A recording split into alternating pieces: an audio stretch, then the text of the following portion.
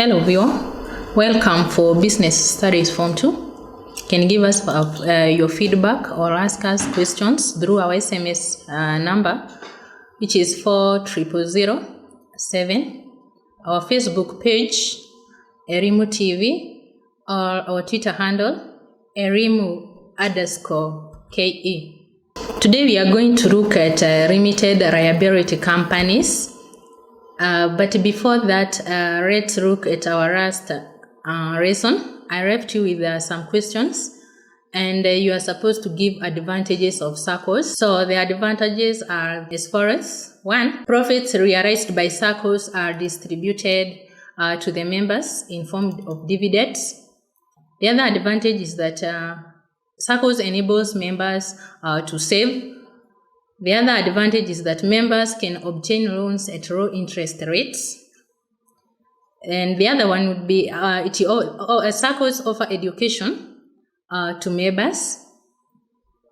And the other one is that in case of death, the outstanding loans are written off. We discussed all these advantages during our last lesson. And in the last one, in case of death, the outstanding loans are written off. That means that if a member dies with a loan, what happens is that that one is done away with. So the members will not suffer for that loan once the member dies. The other one, you are supposed to give circumstances under which cooperative societies may be dissolved. And the first circumstance is in case of an order from the Commissioner of Cooperatives. The other one is in case of a court order. The other one is if the society is declared bankrupt. The other one is that if the members voluntarily decide to dissolve the society. Let's now look at our specific objectives for the lesson, and by the end of the lesson, the learner should be able to define the term company. You're also supposed to know how, or you explain the requirements of for the formation of a company. How is a company formed? The other one is you explain the sources of capital. And let's go direct to that. A company, you're supposed to define a company as an association of persons who contribute capital in order to carry out a business together with an aim of making profit. Anytime you mention the word business, what is supposed to come next to your mind is profit. So these people do come together and they contribute capital. Capital is the initial amount of money that you need to be able to start any form or any type of a business. So a company is viewed by law as a legal entity that is separate from the members who form it. When we say that a company has a legal entity, we mean that it can either be sued, it can sue or be sued. So it is standing on its own. The owners, who we are referred to as the members of a company, are referred to as the shareholders, and they are the ones that form the company. It's also good that you note that unlike sole proprietorship, in case of death, insanity, retirement, and bankruptcy of a member, that does not affect the continuity of a company. So in case a member dies, the company continues to operate. The company continues to operate. Let's now look at how a company is formed. And a company is formed by people who come together with an idea of forming a company. And these people, we call them promoters. So promoters are those people who come up with an idea of forming a company. And on formation, these people who are coming up with that idea, all the promoters, they are expected to come up with 2 documents. So there are 2 documents that are required for people to form a company. And one of those documents is the Memorandum of Association. The other document is the Articles of Association. So we are going to look at each document in details. So we start with the Memorandum of Association. And this is a document that defines the relationship. It defines the relationship between the company and the outsiders. And it contains information that is subdivided into clauses. In the course of our lesson, we are going to look at all those clauses. When we say that this document defines the relationship between the company and the outsiders, it's like the relationship between the company and the outsiders. The outsiders are the people that they are not members. They are actually the consumers or the people living around the company. So let's now look at what is contained in a Memorandum of Association. We have said that the information contained in a Memorandum of Association is subdivided into clauses.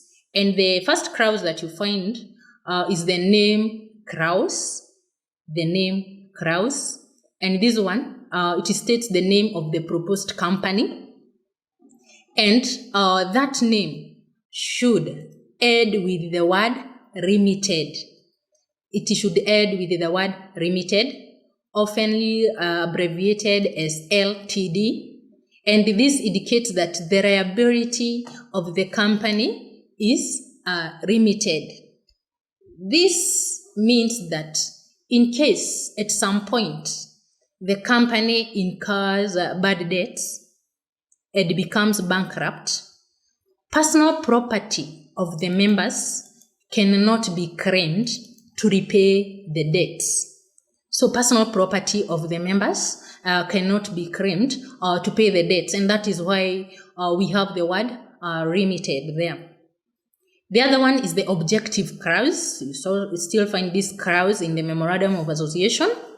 And the objective sets out the activities. It sets out the activities that the company should engage in. The company has to be very specific. Which kind of activities will it be engaging in?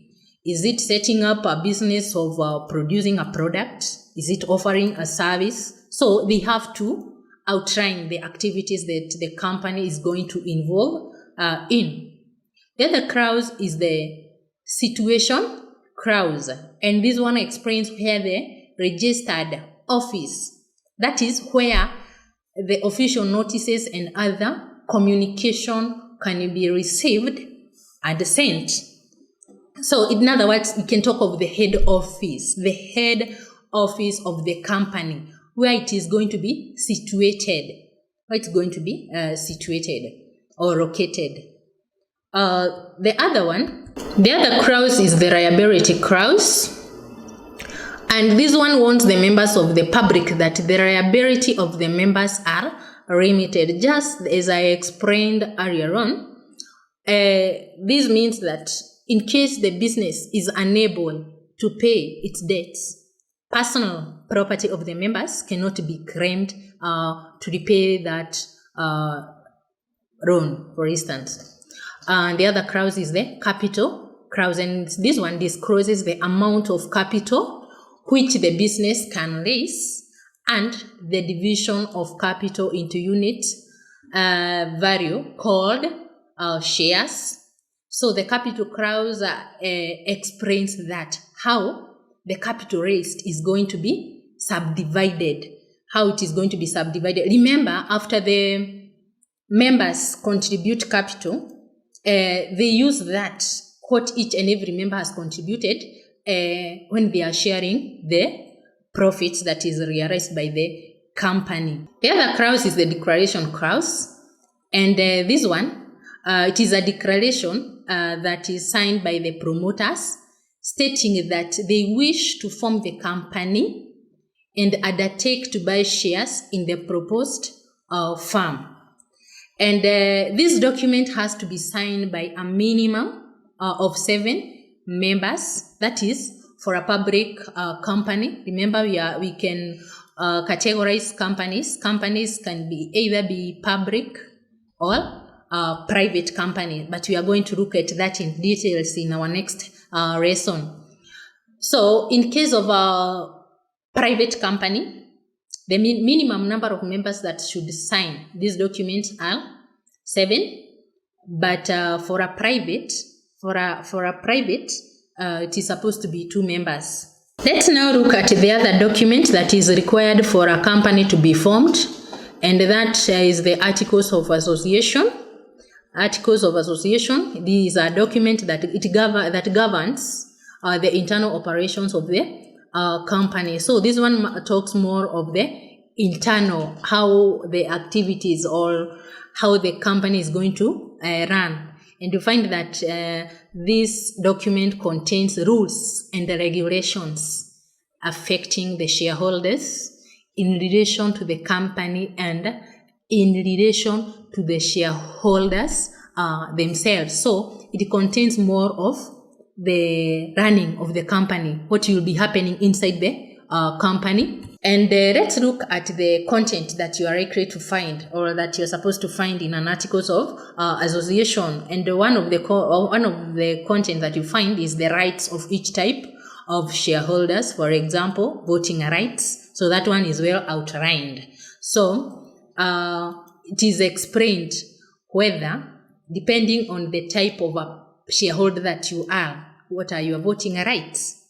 The other one is the methods of calling for meetings. For instance, you cannot just, in a company that is running, you cannot just call for a meeting. You have to notify the members in advance that there is going to be a meeting at a particular date. The other one is the rule governing election of officials. For example, the chairman, maybe directors and auditors. So you have to come up with rules, the way you just agree, you as the members, on how you'll be governing elections of officials, which you have just mentioned. The other thing you find in an Articles of Association are the rules regarding preparation and auditing of accounts. You have to come up with rules about the preparation and auditing of accounts, ways of how auditing of the books of accounts should be done. You agree on time, maybe you want the books to always be audited after maybe 6 months, after a year, depending on how you agree.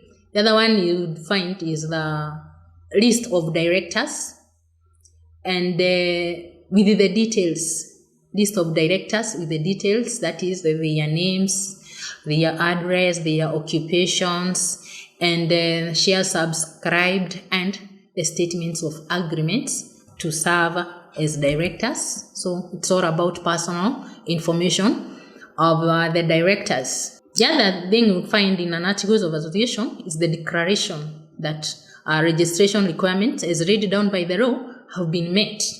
And this one must be signed by the secretary or the director or a lawyer. A declaration that registration requirements as required has been laid down, has been met.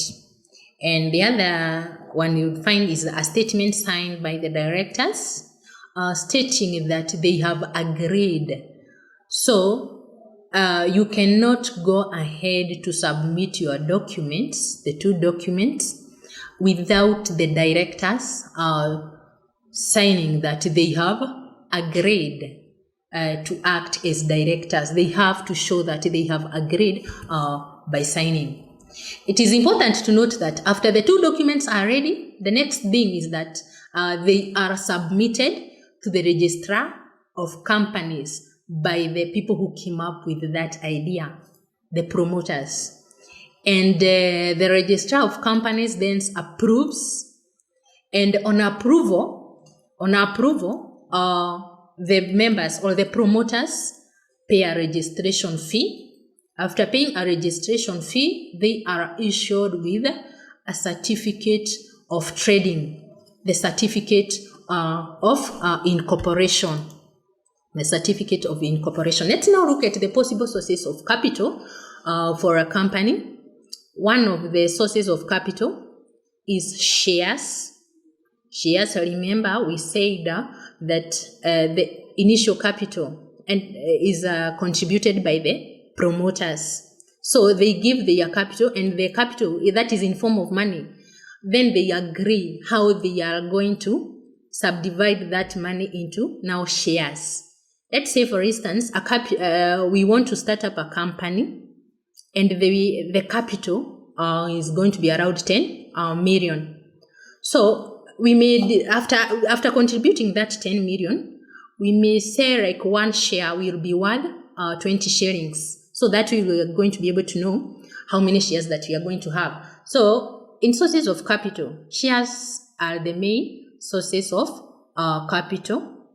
The other possible source of capital would be debentures. These are loans that are acquired from the public. We are going to look at them in details. The other one is loans from banks. Company may approach any bank and acquire a loan. The other one is plowing back profit. And this is whereby the profit that is realized by the company is some of the profit realized, that is taken back into the business. Maybe you can buy more capital to expand the business instead of sharing all the profit. So you can use the reserve and you expand the company. So that's what we may refer to as a plowing back profit. The other source of capital would be a bank overdraft. And this is whereby you withdraw more than what you have in your account.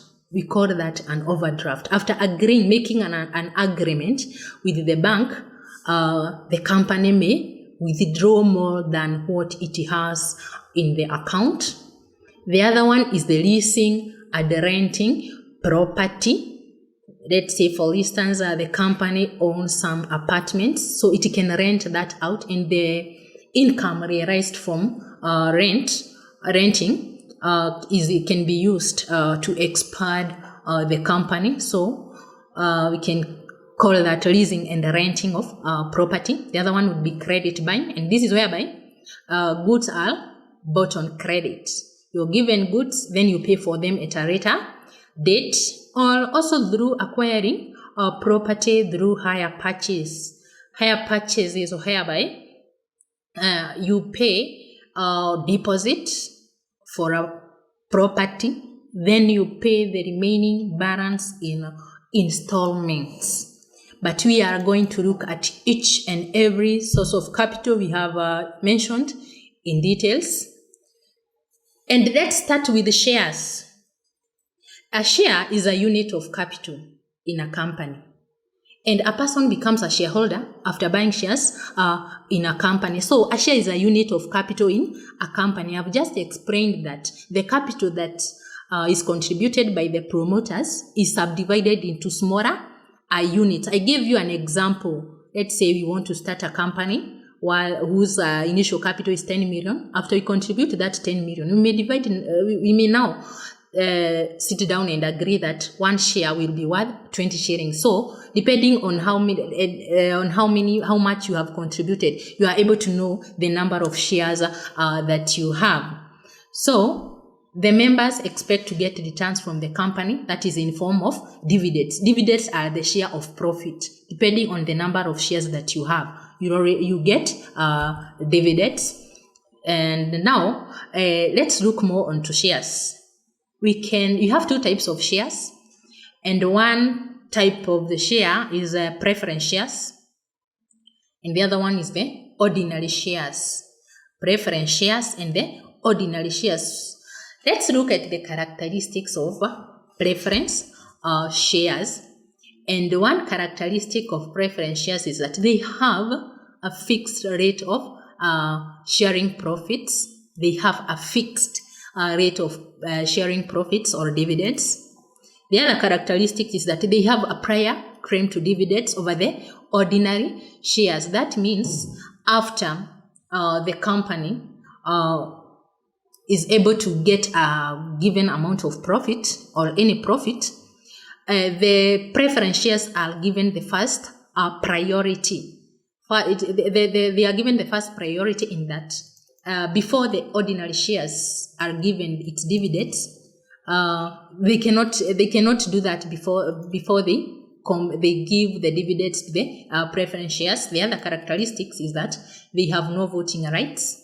The other one is that they can be redeemable or irredeemable. They can be redeemable or irredeemable. When we say that they can be redeemable, that means that they can be bought back. They can be bought back.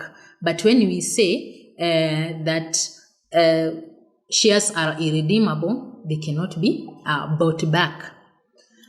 The other characteristic is that they can be cumulative or non-cumulative. So to cumulate means to increase through adding, and therefore cumulative shares are the ones whose dividends keep on accumulating until they are paid. When you say they are non-cumulative, that means they don't increase. Or they don't, that is, the dividends don't keep on accumulating. They don't accumulate. And let's now look at the characteristics of ordinary shares. And one of the characteristics of ordinary shares is that they have voting rights. And therefore, since they have voting rights, they are referred to as equity shares. And the other one is that they have no fixed rate of dividends. What determines the dividends that ordinary shares get is the profit realized. But for preference shares, they have a fixed rate. So whether the company has incurred losses or it has realized profit, it does not matter. It does not matter for preference shares. The dividends must be there. The other characteristics is that they have a claim to dividends after the preference shares. I told you earlier on that preference shares are given the first priority. And the other characteristics that in case of liquidation, they are paid last. To liquidation means dissolving. So in case the company dissolves or comes to an end or stops operating, the first shares to be paid are the preference shares, then ordinary shares. So ordinary shares are paid the rest. The other source of capital are the debentures, and I told you that the debentures refers to loans from the public to a company, and they are issued to the public, just the same case as shares. And it is important to note that debentures carry interest at a fixed rates, whether there are profits made or not.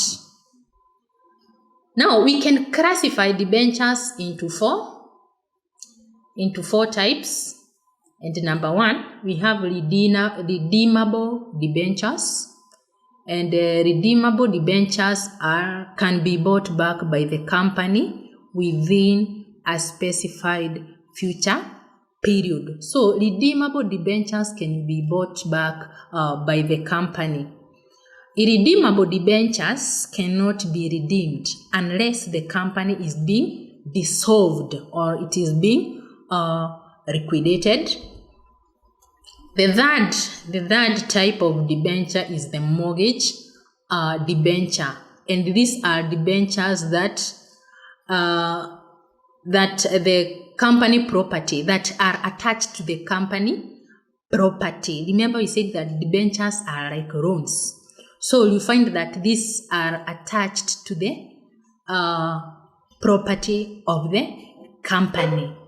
Note that the word mortgage means to attach property as security, just like the way you can go to a bank, maybe you want to acquire a loan, and you attach that loan to your car. So you give them your logbook.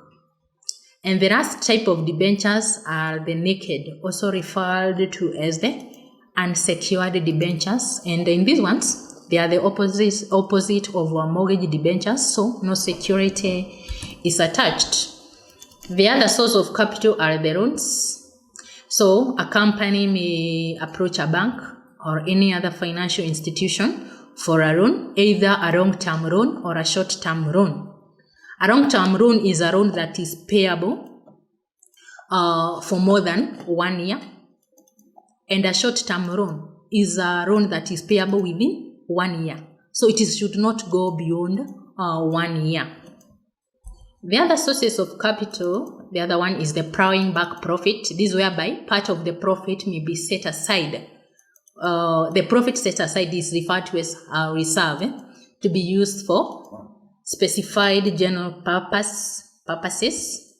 And the other one is the bank overdraft. I explained to you earlier on. This is whereby the bank allows you to withdraw more money than what is there in your account. So the company can also do that. It can withdraw more money than what it has in its account. The other one is the leasing and renting out property. I told you that a company may own some apartments, so it collects rent, that is a revenue, and therefore it can use that to expand the company. Leasing, for instance, maybe it has a lorry, a commercial vehicle. It can give that lorry to some people to be using it and to pay for that. That is leasing. It can also go ahead and buy goods on credit and pay for them at a later date. The other one would be acquiring property through hire purchase. I told you this whereby you pay the deposit, then you pay the remaining balance in installments, depending on the way you agree with the seller. That marks the end of our lesson. And I'm going to review in some assignment, which you are going to review in our next lesson. So number 1, list down the documents necessary for the formation of a company. Number 2, distinguish between preference shares and ordinary shares. Thank you for watching. I'm going to review with our quote of the day. And our quote of the day is growth is never by mere chance. It is the result of forces working together. So for your business to grow, you cannot just sit down and it just grows from nowhere. So you have to apply some effort. You have to combine effort. If it is a company, you have to make sure that everyone is on his toes.